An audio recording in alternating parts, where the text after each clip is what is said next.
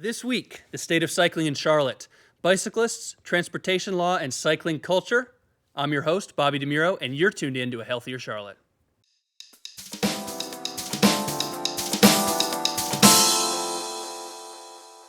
More than 10 years ago, Lance Armstrong won his first in a string of Tour de France victories, and with that came the resurgence of the cycling community here in this country.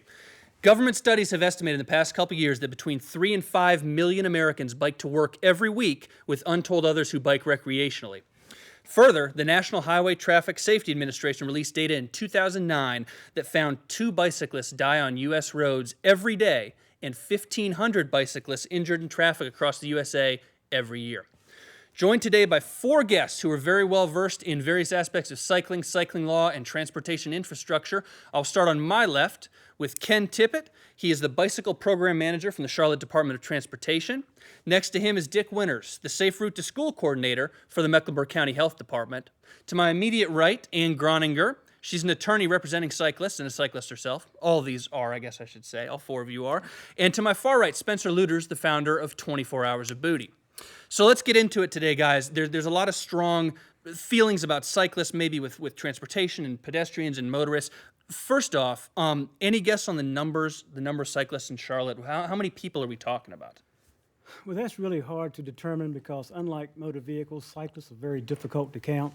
Most people get in their cars and go to the nearest major road and drive. You can just put a tube out and count them. But cyclists tend to try to stay with the low-volume streets, so they disperse much more than motor vehicle drivers do. And in general, we have estimated there are about 300,000 bicycles in the city of Charlotte. That doesn't mean that they're all being ridden, but based on surveys we've taken, about 300,000 bicycles. Now, as far as some numbers of use, as I mentioned, bicycles are difficult to count, but we do keep track of how many bicycles are put on CATS buses. That's like a little choke point. And in 2001, there were 19,000 bicycle boardings on CATS buses. Last year, there were 83,000 bicycle boardings on CATS buses. So that's sort of like, it's an indicator, even though very few bike trips involve taking a bus, it is an indicator of the growth in cycling in Charlotte. And does Charlotte have the infrastructure to sustain high growth in cycling? We're building the infrastructure, and not necessarily so slowly. I think 10 years ago, before KT was in the position that he's in, bike lanes numbered 0 miles. At this point, we're close to 60 miles. About 60 miles of bike lanes, about 150 Right. miles of bikeways. Which is the typical piece of infrastructure that people look at to support cycling community. It's not the only one, but that's really the one that I think the general public looks at and says, hey, this city is bicycle friendly. Well, and talking about that. Let me just jump in on that. It's not just what you build for cyclists. It's also removing barriers to cyclists. For instance, for many, many years in Charlotte, no one ever thought about putting a bike rack out in front of their shop. And as a cyclist myself, as someone who does his errands on a bicycle, it can be somewhat frustrating to pull up to, say, a grocery store, and you have literally hundreds of unused car spaces, but not so much as a single pole that you can lock a bicycle to. So we need to have the rest of the infrastructure in place. Remove the barriers, like make it easier to cross major intersections. Create connectivity so you don't have to get on a major road when you take a bike trip. You can use the low volume, low speed neighborhood streets. That way you're not in the way of major traffic flow, but you also feel more comfortable because you're on a very pleasant street. You feel welcome there. You can go through neighborhoods and you can get the scents and listen to the dogs bark and the birds sing. So it's a different experience. Well, and talking about the pleasant nature of a neighborhood, I'm obviously a novice cyclist. We're talking off camera that I'm not very proficient, I guess would be the word. But Spencer, is this a dangerous city to be a bicyclist? I don't think so. I think that it depends on where you ride and what time you ride. Certainly being smart about those things increases your chances of being safe out on the roads. For example, it's not a good idea to ride on the Booty Loop probably at 5 p.m. It's a high volume time for cars. But there are other times and there's other locations outside of Charlotte that's, like Ken was saying, it's quiet streets, less car volume. So there's things you can do, safety with lights and the other kind of things that can help your safety while you're riding. And I'm going to echo something that Spencer just said. Charlotte is not a dangerous place to bicycle. There are some streets that can be intimidating to bicycle. There are ways to overcome this, such as looking for the alternative route, which is more comfortable. But many conflicts with cyclists can be avoided simply by doing the right thing. Like Spencer mentioned, use lights when riding at night. Nighttime crashes account for a inordinate amount of the percentage of crashes. Be visible.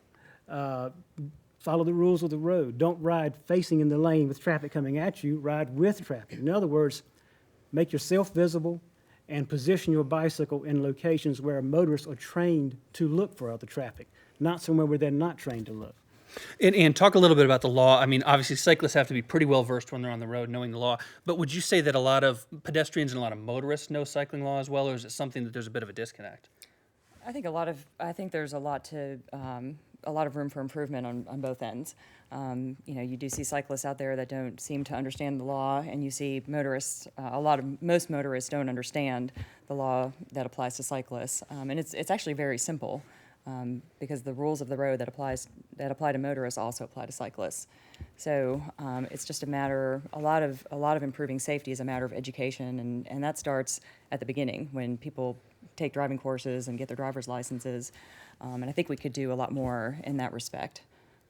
Well, talking about that, in the public health aspect of it, Dick, how do we educate both cyclists and motorists to I guess, function, to coexist better together? Well, one of the things that Ann mentioned is that really the same rules that apply to motorists apply to cyclists, because we're all considered vehicles on public roads. And some of the disconnect is that we teach kids in school when they're walking on a road, particularly it doesn't have a sidewalk, you're supposed to walk facing traffic. It's amazing how many kids think that that's the rule that transfers to cycling, which isn't. It's the complete opposite of that. As soon as you get on a bicycle, you're on a vehicle, and everything that you do on a bicycle is typically what you would do in a vehicle. So that motorists, you would expect to know that, but there's some disconnect, and that's where our educational opportunity is. And I'll follow up on that. Education is very important. I certainly agree with everybody on the panel. But before anyone gets a driver's license, they have to go through a training. They have to learn how to drive that car before they're allowed to get a license to get on the roadway. We have basically taken away educational opportunities for children to learn how to ride a bike responsibly. There used to be, years ago, there would be some school curricula that would teach people how to ride responsibly on bicycles for children. In some foreign countries, particularly in Europe, they do have programs that teach children how to bike responsibly and safely, and tracking these programs over time have shown that these children grow up to be the better drivers. Mm-hmm. That's one of the things we're working on with Charlotte Mecklenburg Schools right now is piloting bike and pedestrian safety classes in elementary schools. So it's not district-wide by any means, but they're open to it, and we're working with them on that. And I think that's very important, and I think it's also important to include some kind of training in courses for driver's ed, so that kids getting in cars understand that bicyclists are going to be on the road. They have a right to be on the road, and what do I need to do when I see one? That's so important. And there's one myth that needs to be dispelled. Roads are not built for cars. Roads are built for people. Roads are built for any conveyance that helps people get from one place to another, not just people who own automobiles. Whether it's a walker, a bicyclist, a driver, somebody on transit, roads are built to get around.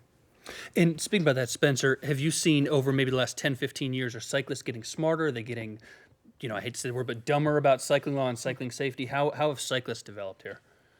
I think that the technology has improved a lot. So with that, and with the way that technology and information is transferred to people through the internet, or different types of ways that people can get information, I think there's a lot more ability for people to have safe bikes, to have better technology.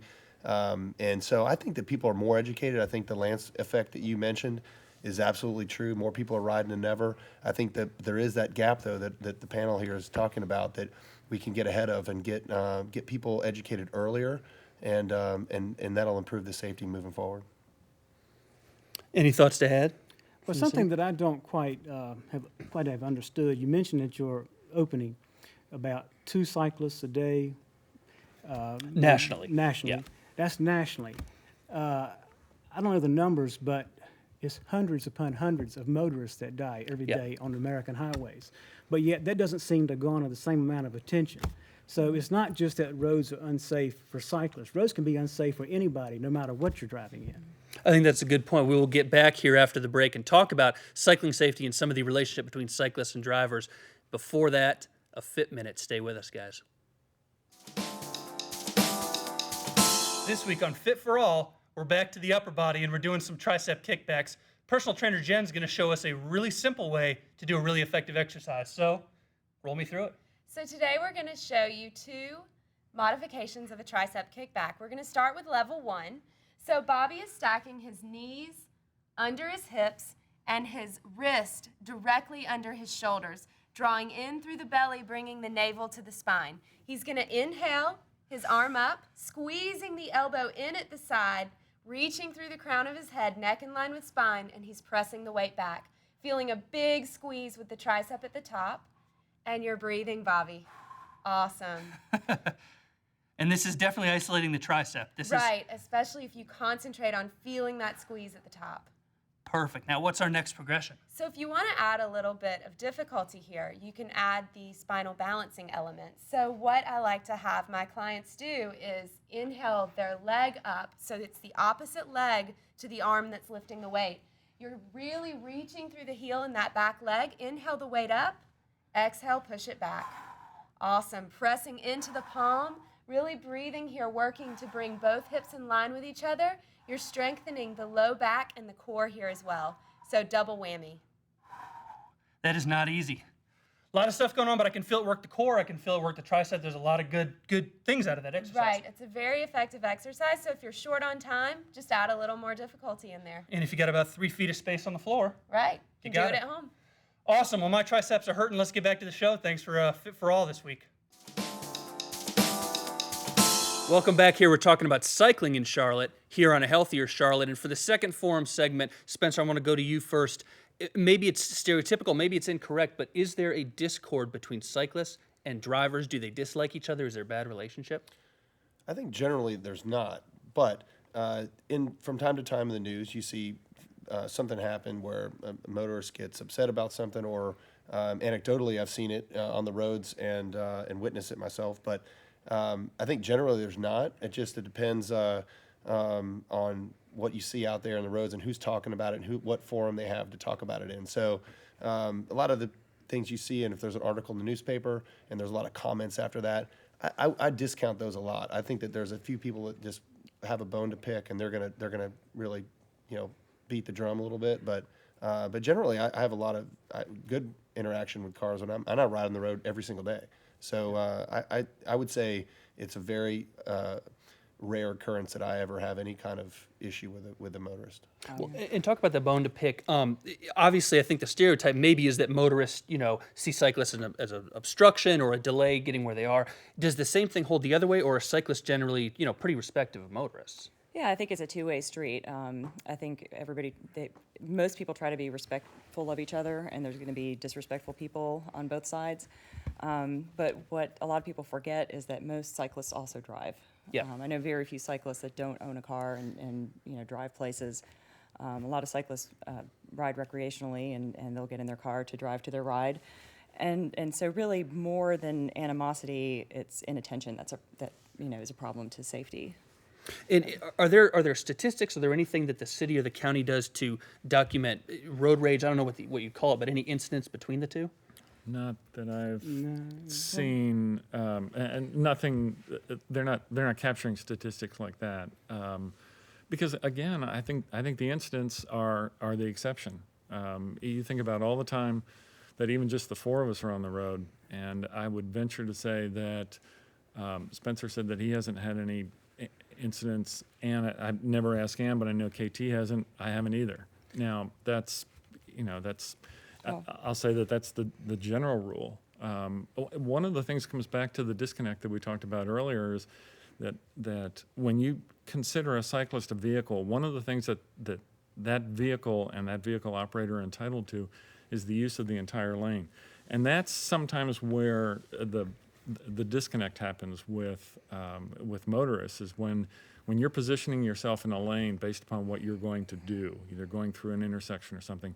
Sometimes that's something that a motorist isn't ready for, because typically they're looking for us to be to the far right of a lane, and that's Which is not always sometimes that's, not the safest place that's to be. not the safest place for us to be all the time.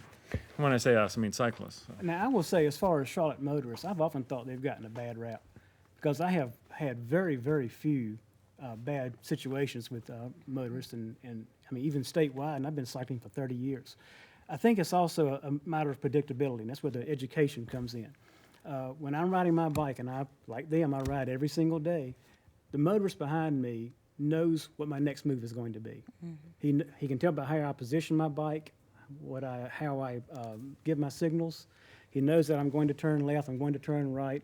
I stay behind him at a traffic signal, for instance, so that I don't pull up on the right when he's trying to turn right. Motorists are in Charlotte, like motorists anywhere else in the country, they don't like surprises. And a predictable cyclist keeps conflicts to a minimum. That is the most important rule to follow, is to ride predictably, because then the motorist knows what the person's going to do and can act accordingly. So, you know, I spend every day talking to cyclists that have been in collisions, and I, review crash reports. It's what I do all the time, and I rarely ever see a situation where collision arises out of some sort of hostility. It's always because of inattention. And it's usually inattention on the driver's part, because they're not used to seeing cyclists, which is, another thing that we talk about when we talk about increasing cycling in the city. Right. The more cyclists that we have, the more people that ride a bike, the safer it is for everybody, because drivers become used to seeing cyclists and dealing with them and understanding how they operate.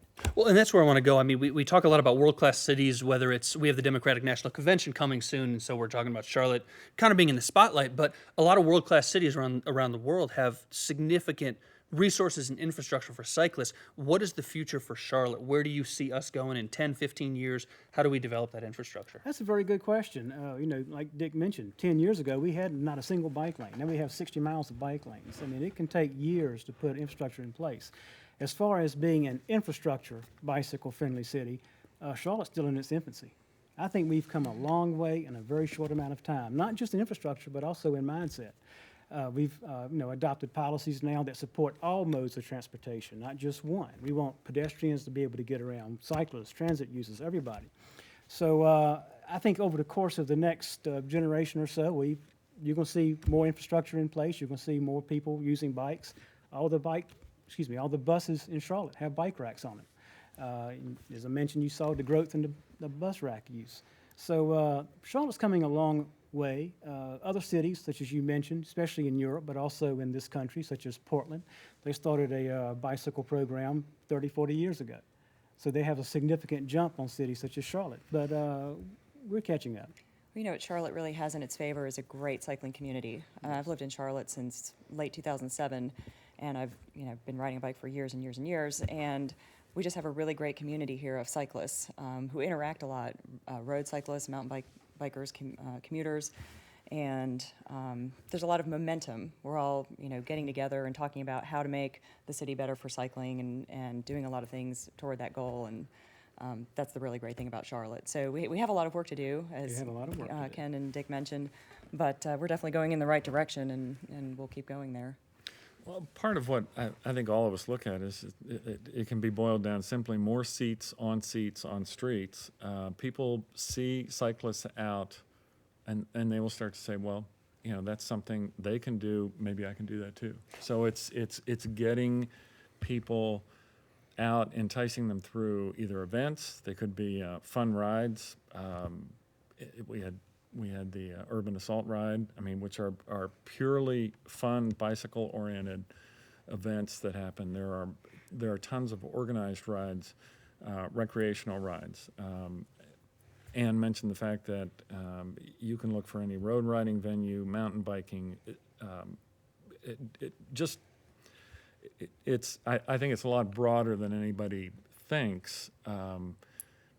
But when they're looking at cyclists in particular, you're typically seeing the smallest population of cyclists, which is the commuter cyclist. Well, and on the commuter note, do we?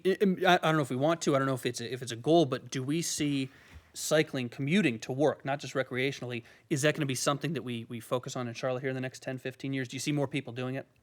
Well, that's a difficult question because there was a slight downturn in the number of commuters, but that's because of the economy. There were downturns in all across the spectrum of the people traveling. I think you're going to see over the course of the next few years a growth in the percentage of people who bicycle commute to work, but it's not necessarily bicycle commuting where the biggest gains are to be made in Charlotte. It's the short trip.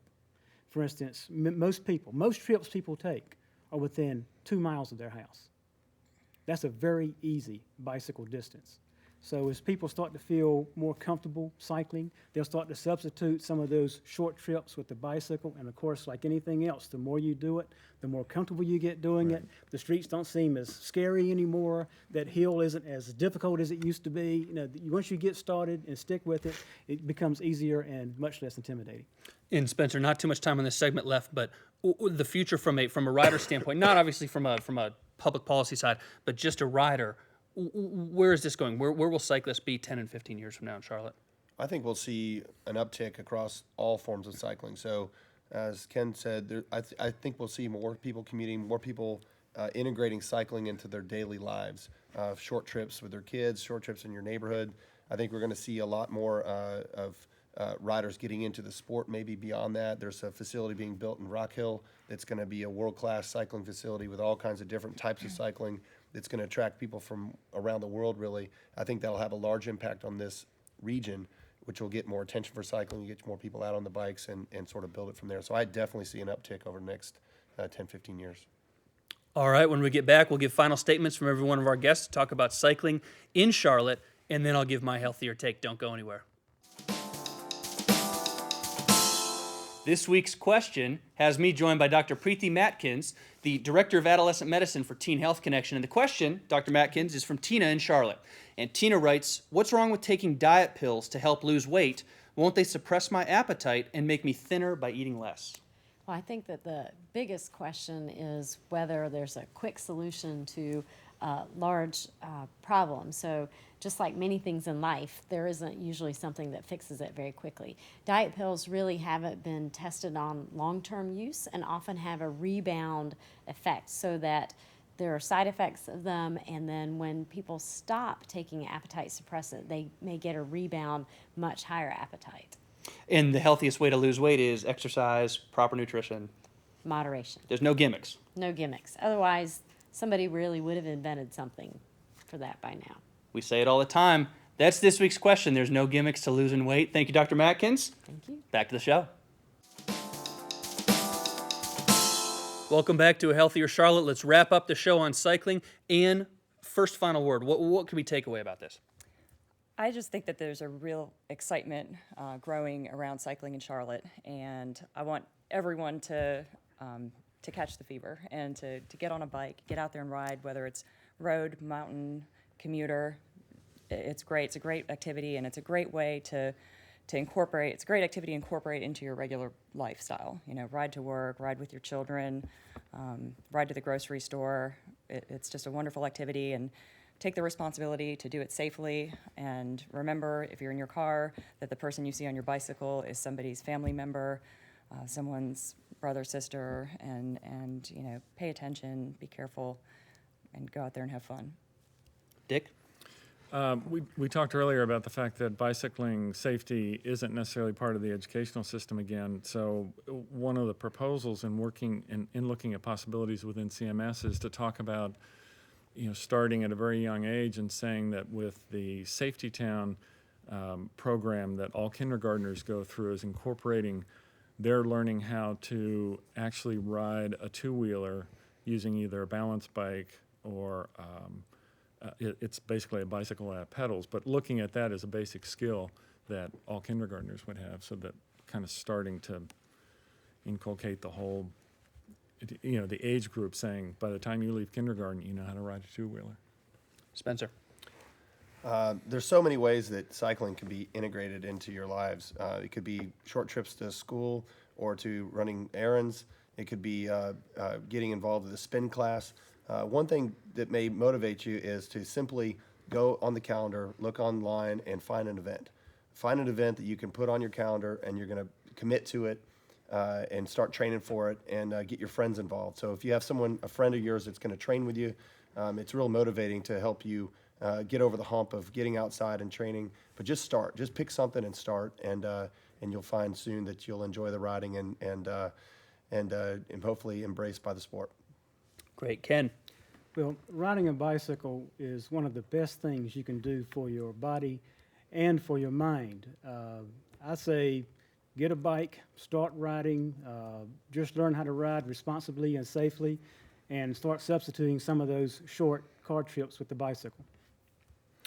All right. Well, we know cyclists aren't going anywhere, and we obviously know that automobiles are not going anywhere. And whether you're a cyclist, a motorist, or just a pedestrian, or a combination of the three, we all need to understand that the every mode of transportation needs to work together, and it needs to work symbiotically. Understand the cycling laws, whether you're a bicyclist or not. Bike law, transportation law, motorists, reach out to the city, reach out to the county like we did today. There's a lot of resources for bike law, and there's a lot of resources for general transportation law and infrastructure here in this city. And finally, it's time for everybody to take a better attitude into the process. We talked today that altercations and incidents are in the vast, vast minority, but motorists still sometimes see cyclists as a hold up, as a time waster, whatever, when they get to their destination. Remember that no incident, no altercation, any sort of violence or any sort of consequence is worth nobody getting to their destination safely. It's time for everybody to be safe on the road and understand that the road is for everyone, regardless of your method of transportation. That is the healthier take. Thank you guys very much for tuning in this week. Next week, we'll be talking about disordered eating, a very new show for us for public health, something we don't talk about a lot and a very significant issue. In the meantime, get on Facebook or Twitter. You can follow us at A Healthier CLT on both of those. And if you have any questions about cycling in Charlotte, we'll be happy to get them out to our forum guests today. There's a lot of good information out there and a lot of ways that we can hopefully provide you some feedback after the show. That's it. I'm your host, Bobby DeMuro. Thanks for tuning in to A Healthier Charlotte.